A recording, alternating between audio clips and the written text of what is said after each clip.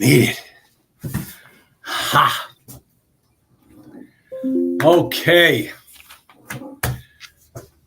I don't know if Molly told you what this topic is going to be. It's going to be the 3 most important documents in any multifamily due diligence. And the reason why I came up with this particular topic was I've been asked to speak on the Joe Fairless's Best Ever podcast on the topic of due diligence on multifamily. And that's actually, oh God, I hate to say it's one of my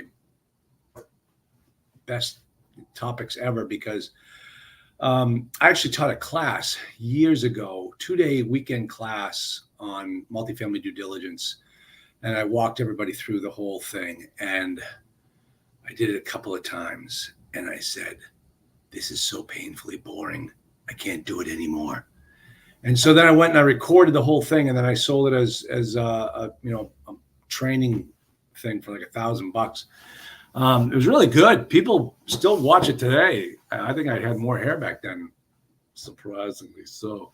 So that's how long ago it was that I wrote then and did that. But it was great stuff. It was really good stuff.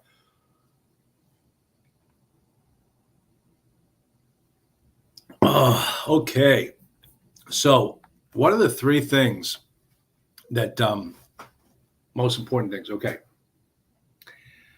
The most important third-party report that you're going to get is a bank statement.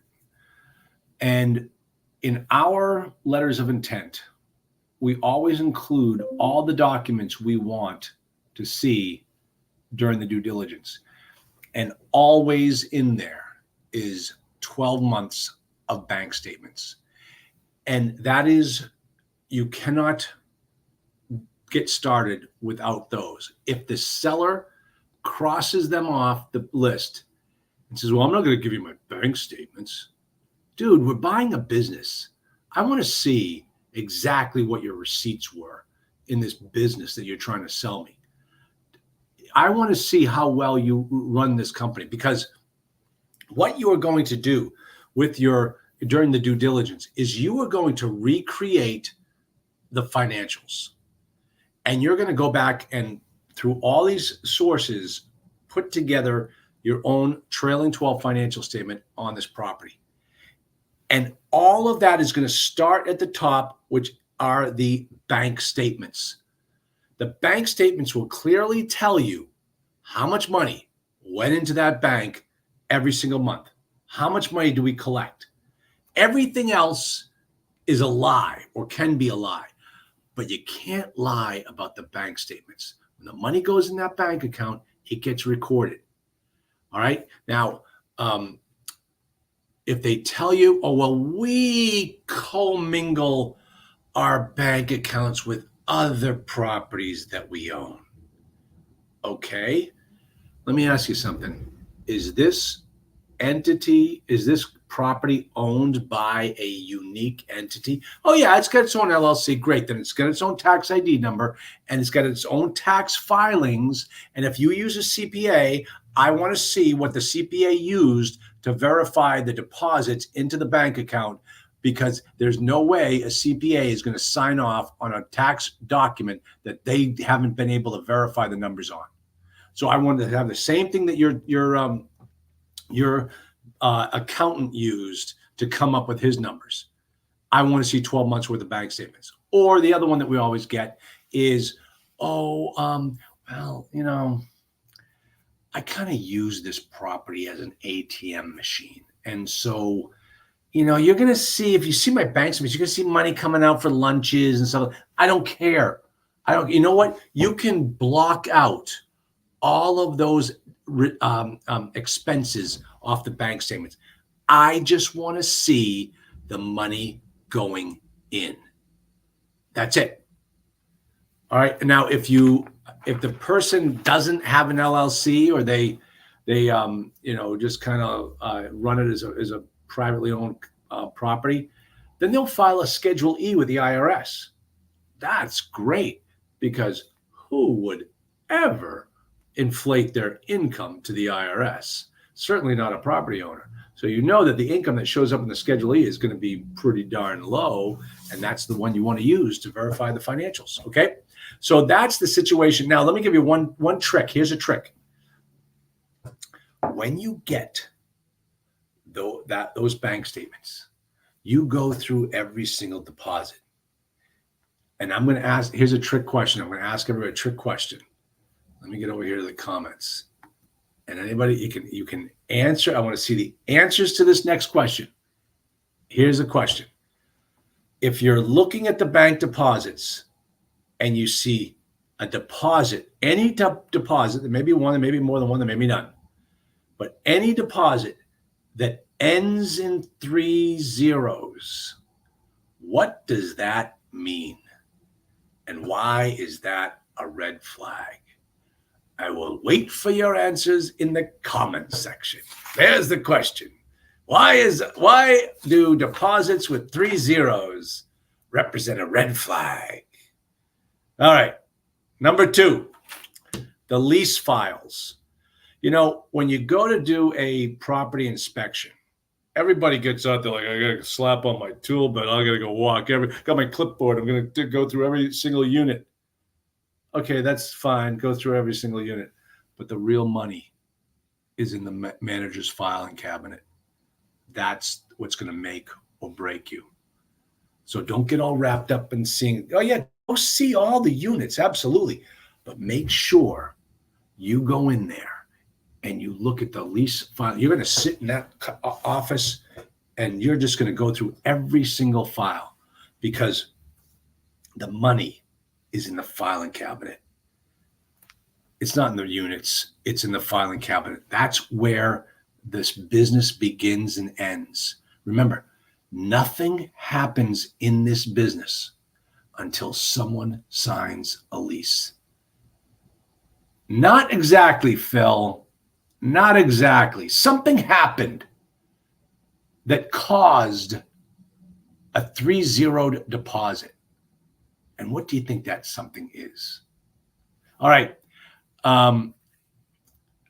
So the money, nothing happens in this business until a lease is signed. That's when money begins to exchange hands in this business. So you want to go through every single contract for the exchange of money because that's really what you're buying. You are buying those lease contracts and you want to validate how good they are. Funds, Lucas, I don't know what you mean by that, but no, that's not it either. Keep trying. Everybody keep trying. Here's a question again. What was the question? 3 zeros. Why would a deposit ending in 3 zeros be a red flag in my book? Let me give you a little bit of a hint. The rents on these properties are $695 a month. Let me throw that one out there. Let you chew on that one a little bit. So we are going to go through those lease things, and we're going to look at each one exactly correctly. Okay, Tim's getting hot. Tim's getting hot. I think I might give Tim. I think I'm going to give Tim credit for that answer. If anybody else wants to try to hone it in a little bit, Tim's on the right track. So the hey, you see how guys I didn't show you. It's Dapper Tuesday. I didn't even have to go to court today. It's Dapper Tuesday. I'm doing this for you guys. So we're going to go through every one of those lease files. And we're going to verify that that's a valid customer. Now, I say valid customer. The guy signed the lease and he's living there now, so he's going to stay there. But you want to make sure that the seller is not loading up all the units just before the sale with sex offenders, with felons. You want to make sure that if you look at the purchase and sale agreement, there's a part that says you have to continue to run this property the way you have for the last X number of years. You have to continue to run it that way. If this guy starts loading up new tenants, and you can see it right on the rent roll, when these people moved in, you can see when they moved in, and you look at, oh, there's no criminal background check. There's no credit check. The guy's putting in bad customers. And that's a huge red flag in your book. That's something that you start to think to yourself, wait a minute, this is a problem. I mean, I tell you, there are some people that, 3 months before they buy the property, they load them up. They get rid of all their tenant criteria, and they just put anybody in that building, and it becomes your problem. So you're going to go through every lease file. You're going to make sure the lease file is clean. Make sure that if they've lived there for 3 years, there are 2 renewal contracts in there. You want to make sure that they've updated it. Every 18-year-old that is over the age of 18 in that property is on the lease. You want to make sure that when the person's going around to every single unit doing the inspection, that if they see a cat, it's on the lease, and they pay a pet fee. All of those types of things, because that is where the money is, the leases. Okay, so that's second. Bank statement, lease contracts. Now, all right, the third one. And this is one that I don't think the teachers of this industry out there stress this enough.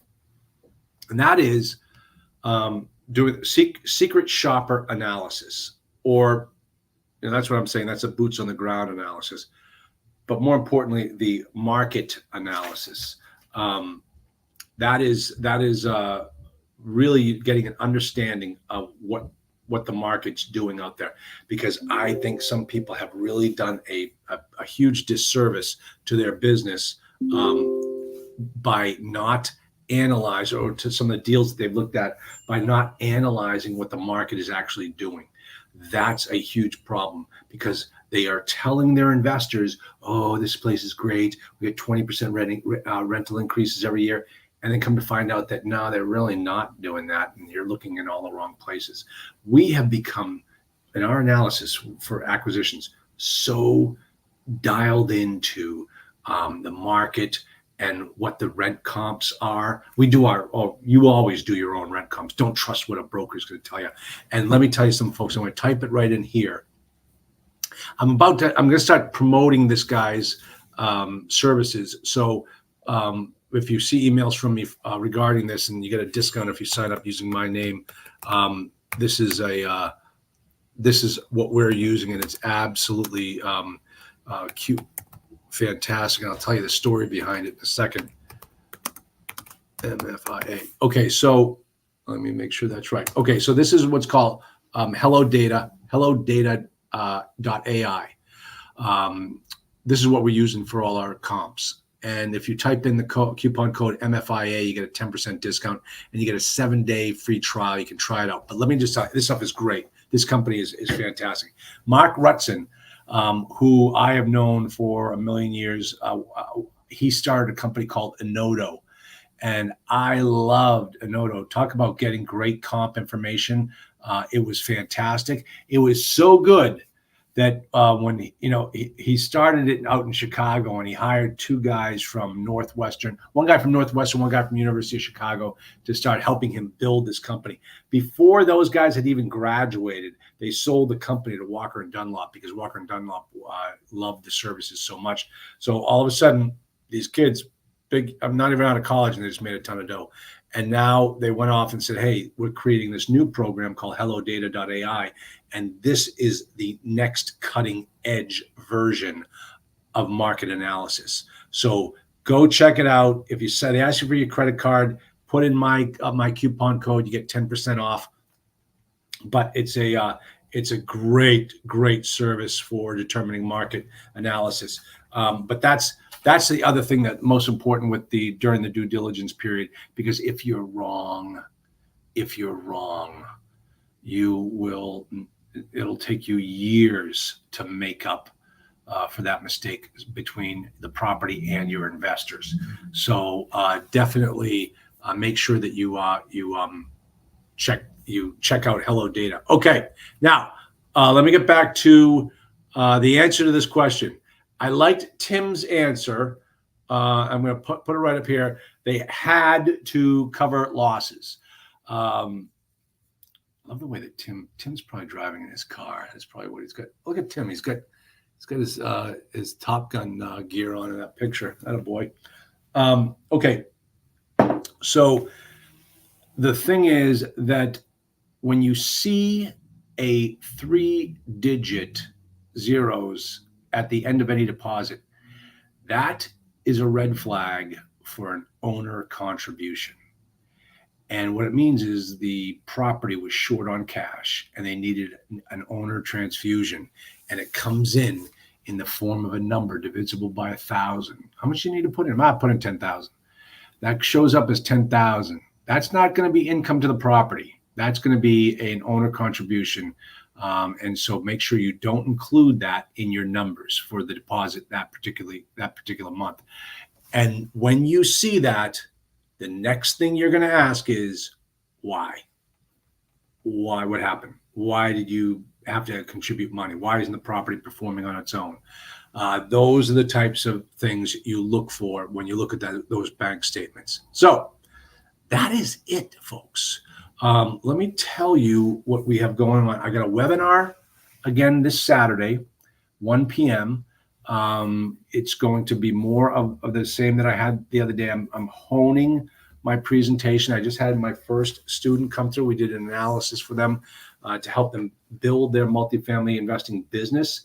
It's very exciting. I absolutely love that what we're getting ourselves into and helping my students become owners of multifamily and businesses that own the property, not owning the property, but owning the businesses that own the property.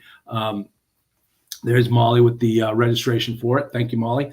And then let me see. What else do we have? I've got my Thursday live YouTube stream. This is 3 for Thursday. That's a whole other topic. And then my usual stuff with my students. We are deep into the due diligence and actually the financing contingency period for the hotel that we're buying in Louisville, and it's going to be great. And I'll tell you more about that once we finalize the numbers and everything looks great. So, all right, that's it. That's all I got. I hope you enjoyed it. Make sure you sign up for Friday or Saturday. It'll be live. I will not be wearing this Dapper Tuesday outfit. I will be very comfortable, as I hope you will be too. But it'll be a lot of fun, and I'm looking forward to seeing you then. All right, everybody, great to see you, and I will all talk to you later. Thanks for coming.